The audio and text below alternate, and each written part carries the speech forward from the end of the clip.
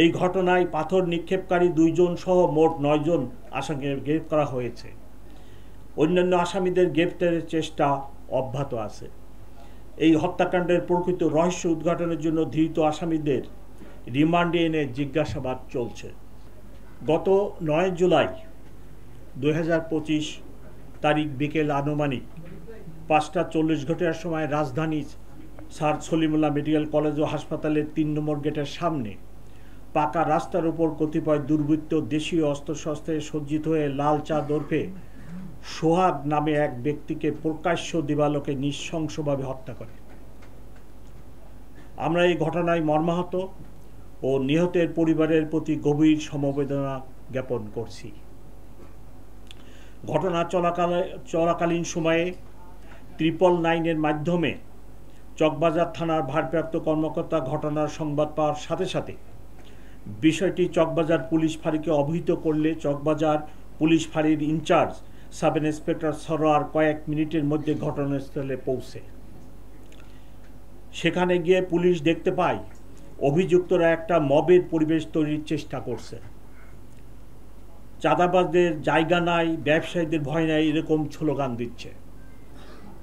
এই অবস্থায় চকবাজার থানা পুলিশ ফাঁড়ি ইনচার্জ সাব ইন্সপেক্টর সরোয়ার ঘটনাস্থল থেকে সন্দিগ্ধ মাহমুদুল হাসান মহিন এবং ঘটনাস্থলের পার্শ্ববর্তী এলাকা থেকে রবিন নামে অপর একজনকে গ্রেপ্তার করে। পরবর্তীতে প্রত্যক্ষদর্শীদের বর্ণনা ও ঘটনাস্থলের সিসিটিভি ফুটেজ বিশ্লেষণ করে আরও 7 জনকে গ্রেপ্তার করা হয়। মোট গ্রেপ্তারের সংখ্যা 9। উল্লেখ্য যে ভিকটিম সোহাগকে উপর্যুপরি পাথর নিক্ষেপ করা ব্যক্তিকে চিহ্নিত করা গেলেও সেই সময় তার পরিচয় শনাক্ত করা যায়নি। পরবর্তীতে পুলিশের বিশেষ টিমের সহায়তায় তার পরিচয় নিশ্চিত হয়ে তার অবস্থান চিহ্নিত করে 15 জুলাই তাকে পটুয়াখালী জেলা হতে গ্রেপ্তার করা হয়। প্রাথমিক জিজ্ঞাসাবাদে জানা যায় তার নাম মোহাম্মদ রিজওয়ান উদ্দিন অভি, বাবার নাম মনোরঞ্জন বসু, মাতার নাম বিউটি দেব মিলা এবং সে একজন ধর্মান্তরিত মুসলিম। এই ঘটনায় পাথর নিক্ষেপকারী 2 জন সহ মোট 9 জন আসামিকে গ্রেপ্তার করা হয়েছে। অন্যান্য আসামিদের গ্রেপ্তারের চেষ্টা অব্যাহত আছে। এই হত্যাকাণ্ডের প্রকৃত রহস্য উদ্ঘাটনের জন্য ধৃত আসামিদের রিমান্ডে এনে জিজ্ঞাসাবাদ চলছে। ইতিমধ্যে এই ঘটনার এজাহার নিয়ে বিভিন্ন সামাজিক যোগাযোগ মাধ্যম ও গণমাধ্যমে বিভ্রান্তিমূলক তথ্য ছড়ানো হয়েছে। কিন্তু প্রকৃত ঘটনা হলো মামলার এজাহার দায়েরের জন্য প্রথমে তার সাবেক স্ত্রী লাকি আক্তার থানায় আসে। কিছুক্ষণের মধ্যে ভিকটিমের সৎ ভাই রনিউ থানায় আসে। তারা নিজেদের মধ্যে সলা পরামর্শ করে 23 জনকে আসামি করে একটি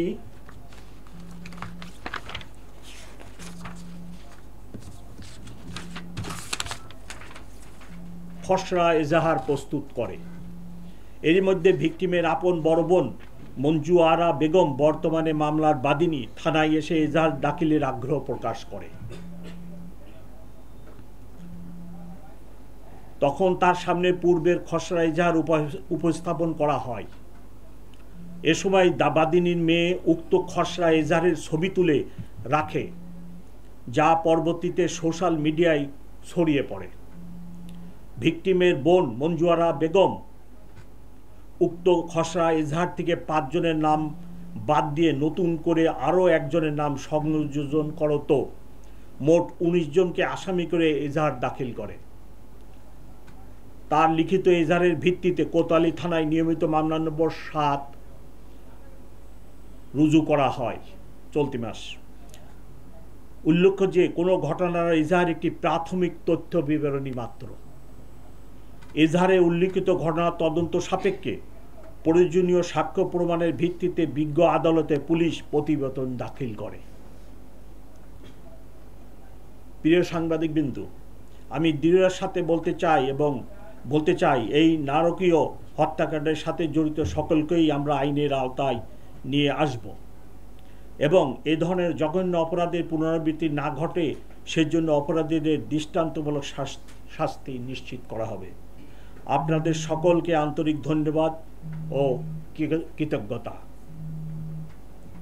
হাজী সেলিমের সম্ভবত ভাতিজা পিল্লু কমিশনার, আপনারা নাম জানেন, পিল্লু কমিশনারের ছত্রছায়ায় তারা অ্যালুমিনিয়ামের পল্লী বিদ্যুতের তারের ব্যবসা করে। পল্লী বিদ্যুতের তারের ব্যবসাটা কি? পল্লী বিদ্যুতের তার যে চুরি হইতো, এই চোরাই তারটা এরা কিনে আবার বিভিন্ন ধরনের ওই যে ফ্যাক্টরি আছে যারা অ্যালুমিনিয়ামের ডেকচি পাতি কড়াই বিক্রি করে, তাদের কাছে এরা বিক্রি করত। বিগত 17 বছর ধরে এই কাজ করছে কিন্তু সোহাগ। এই 5 আগস্টের পট পরিবর্তনের ফলে সে আবার তার ভোল পাল্টায়া এদিকে আসছে। এইখানে আরেকটা গ্রুপ এই ব্যবসার সাথে জড়াই গেছে। ওই তখন ব্যবসায়িক একটা বিভেদ তৈরি হয়েছে ওই দুইজনের মধ্যে, এবং এরা আগে থেকেই পূর্ব পরিচিত। ওই উভয় পক্ষই কিন্তু একে অপরকে চিনে, একে অপরকে জানে, এবং এলাকারই তারা ওই ব্যবসায়িক দ্বন্দ্ব এবং কোন্দল থেকেই হত্যাকাণ্ড সংঘটিত হয়েছে।